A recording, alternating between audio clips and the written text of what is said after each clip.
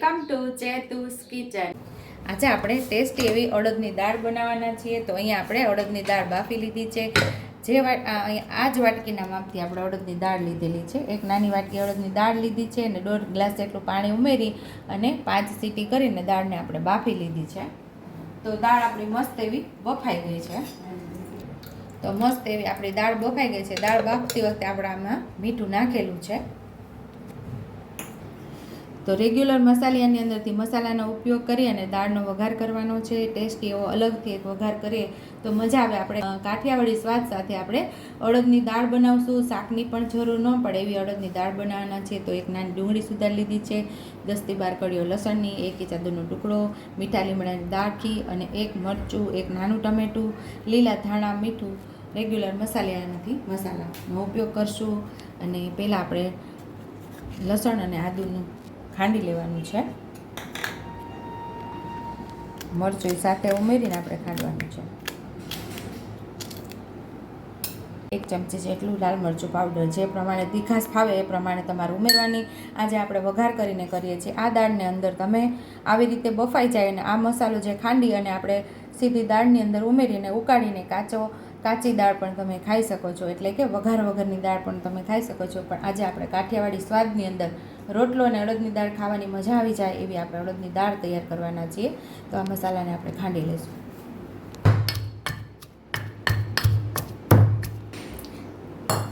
અહીંયા આપણો મસાલો ખાંડીને તૈયાર કરી લીધો છે। થોડું પાણી ઉમેરશું એટલે આ અડદની દાળની અંદર આપણો મસાલો ઝડપથી મિક્સ થઈ જાય। 1 નાના પાવડા જેટલું આપણે તેલ ઉમેરશું, 1 ચમચી જેટલું આપણે ઘી ઉમેરશું।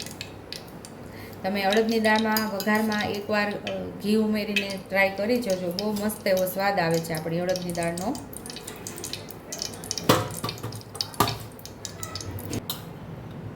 અડધી ચમચી જેટલું આપણે જીરું ઉમેરશું, 1 સૂકું મરચું ઉમેરશું, મીઠા લીમડાની દાળચી ઉમેરી દઈશું અને ડુંગળી ઉમેરી અને આપણે સાતળી લેવાનું છે।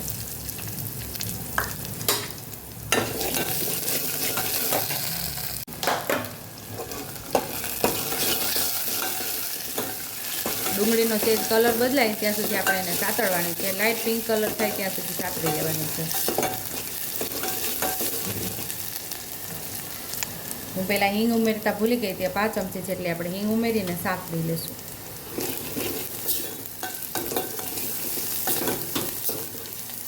અહીં આપણે ટમેટું પણ ઉમેરી દઈશું।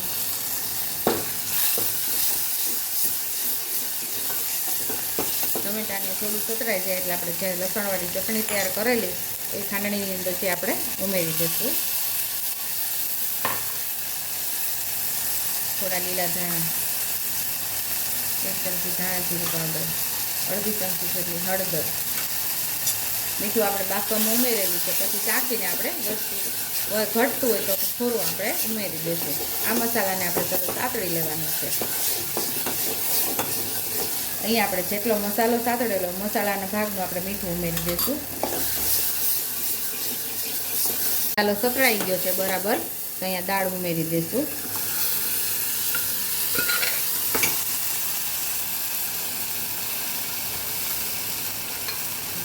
અહીંયા આપણે કુકરની અંદર અડધા ગ્લાસ જેટલું પાણી ઉમેરી અને પાછું લઈ લઈશું અને ઉમેરી દઈશું દાળને, સરસ મિક્સ કરી લઈશું। હવે દાળને આપણે ઉકળવા દેવાની છે।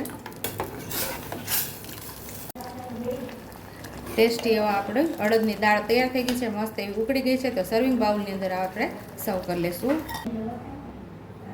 તો આપણી ટેસ્ટી એવી દાળ તૈયાર છે। તો ઉપરથી લીલા ધાણા આપણે ગાર્નિશ કરી દઈશું। જો તમને મારી રેસીપી પસંદ આવી હોય તો મારી રેસીપીને લાઇક કરજો, શેર કરજો, સબસ્ક્રાઈબ કરજો, બેલ આઇકોનને દબાવતા ભૂલતા નહીં અને કમેન્ટ બોક્સમાં કમેન્ટ કરજો કે મારી રેસીપી કેવી લાગી। તો આવજો।